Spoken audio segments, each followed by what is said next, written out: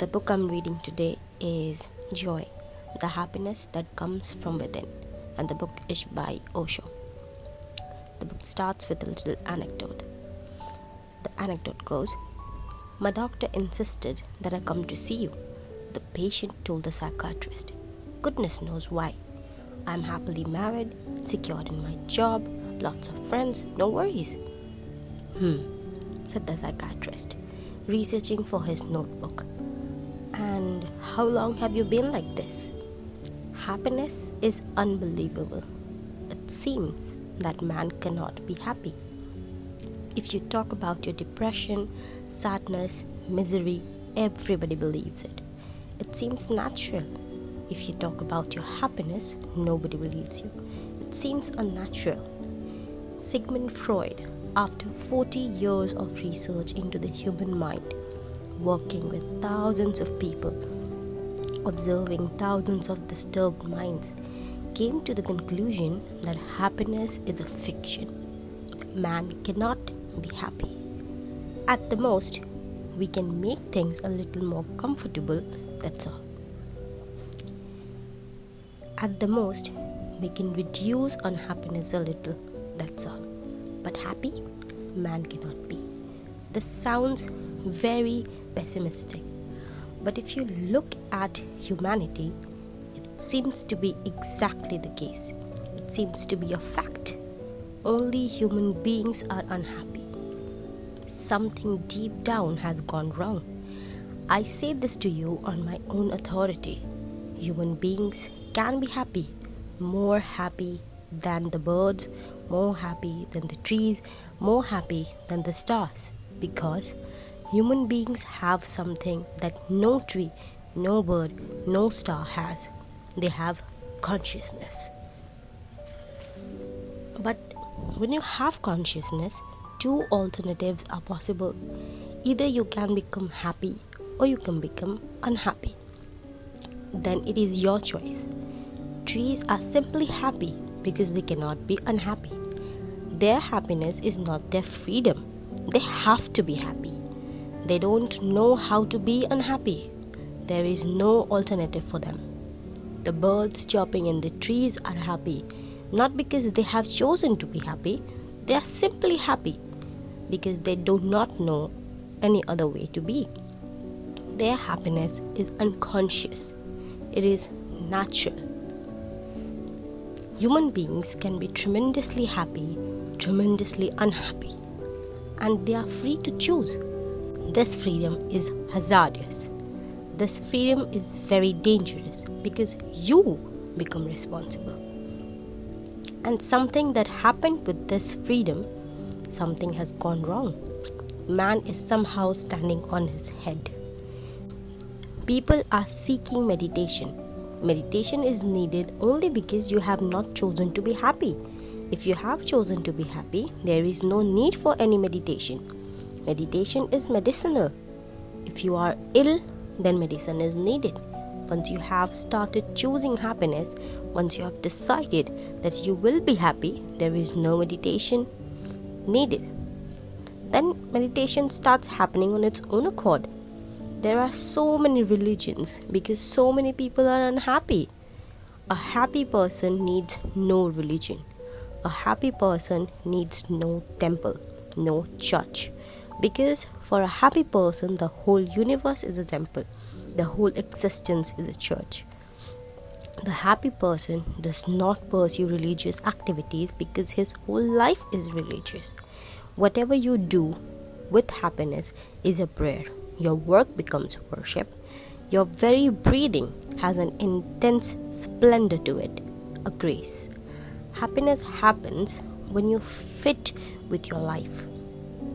When you fit so harmoniously that whatsoever you are doing is your joy, then suddenly you will come to know that meditation follows you. If you love the work that you are doing, if you love the way you are living, then you are meditative. Then nothing distracts you. When things distract you, that simply shows that you are not really interested in those things. Now a quote, "A happy person needs no religion.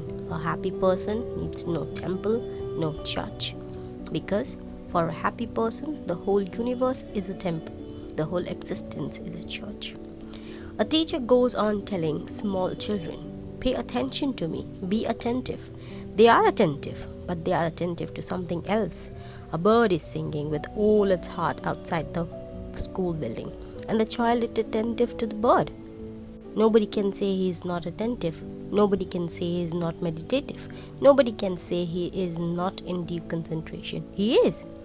In fact, he has completely forgotten the teacher and the arithmetic that the teacher is doing on board. The child is completely oblivious to all that.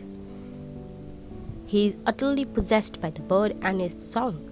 But the teacher says, be attentive. What are you doing? Don't be distracted.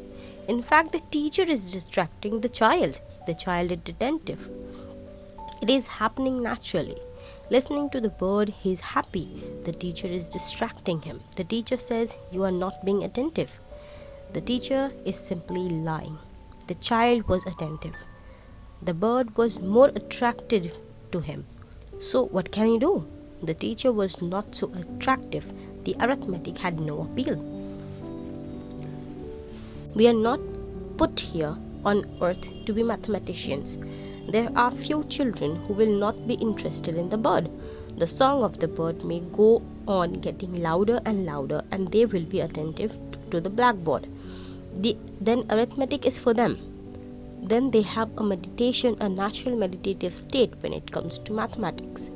We have been distracted into unnatural preoccupations, money, prestige, power. Listening to the birds is not going to give you money. Listening to the birds is not going to give you power, prestige. Watching a butterfly is not going to help you economically, politically, socially. These things are not profitable, but these things make you happy. A real human being takes the courage to move with things that makes him happy. If he remains poor, if he has no complaint about it, he has no grudge. He says, I have chosen my way. I have chosen the birds and the butterflies and the flowers. I cannot be rich. That's okay. I am rich because I'm happy. But human beings have gone topsy-turvy. Then Osho was reading. Old Ted had been sitting on the edge of the river for some hours without getting a bite. The combination of several bottles of beers and a hot sun caused him to nod off. And when he was completely unprepared, when a lively fish got himself hooked, tugged at his line and woke him up. He was caught completely off balance, and before he could recover, he found himself in the river. A small boy had been watching the proceedings with interest. As a man struggled to get out of the water, he turned to his father and asked, Dad, is that man catching a fish, or that fish is catching a man? Man has gone completely topsy-turvy. The fish is catching you and dragging you. You are not catching the fish. Wherever you see money and you are no longer yourself. Wherever you see power, prestige, you are no longer yourself. Wherever you see respectability, you are no longer yourself. Immediately you forget everything. You forget the intrinsic values of your life, your happiness, your joy, your delight. You always choose something from the outside and you bargain for it, but something that from the inside. You gain that and you lose the within. But what are you going to do? Even if you get the whole world at your feet and you have lost yourself, even if you have conquered all the riches of the world and you have lost your own inner treasure, what are you going to do with your riches? This is the misery. The quote is, even if you get the whole world at your feet and you have lost yourself, even if you have conquered all the riches of the world and you have lost your own inner treasure, what are you going to do with your riches? If you can learn one thing, that one thing is to be alert, aware about your own inner motives, about your own inner destiny. Never lose sight of it, otherwise you will be unhappy. When you are unhappy, people will say, meditate and you will become happy. They say, pray and you will become happy. Go to the temple, be religious, be a Christian or a Hindu, and you will be happy. This is all nonsense. Be happy and meditative will follow. Be happy and religiousness will follow. Happiness is the basic condition. But people become religious only when they are unhappy. Then their religion is pseudo. Try to understand why you are unhappy. Many people come to me and they say they are unhappy and they want to give some meditation. I say, first, the basic thing is to understand why you are unhappy. If you don't remove those basic causes of your unhappy, you can meditate, but that is not going to help you very much because the basic cause remains there. Someone may have been a beautiful dancer and she's sitting in an office piling up files. There is no possibility for dance. Someone may have enjoyed dancing under the stars, but he is simply accumulating a bank balance. And these people say they are unhappy. Give me some meditation to do. I can give it, but what is that meditation going to achieve? What is it supposed to do? They will remain the same person, accumulating money, competitive in the marketplace. The meditation may help in making them a little more relaxed so that they can do this nonsense even better. You can repeat a mantra. You can do a certain meditation. It can help you a little bit here and there, but it can only help you to remain whatever you are. It is not a transformation. Hence, my approach is for those who are really daring, for the daredevils who are ready to change their very pattern of life, who are ready to stake everything, because in fact you don't have anything to stake, only your unhappiness, your miseries. But people cling even to that. I have heard in a remote training camp, a squad of rookies had just returned to their billet after a day's march under the broiling sun. "What a life," said one new soldier. "Miles from anywhere, a sergeant who thinks he's Attila the Hun. No woman, no booze, no leave. And on top of that, my boots are 2 sizes too small." "You don't want to put up with that, chum," said his neighbor. "Why don't you put in for another pair?" "Not likely," came the reply. "Taking him off is the only pleasure I've got." What else do you have to stake? Your misery. The only pleasure you have is talking about it. Look at people talking about their misery. How happy they become. They pay for it. They go to a psychoanalyst to talk about their misery. They pay for it.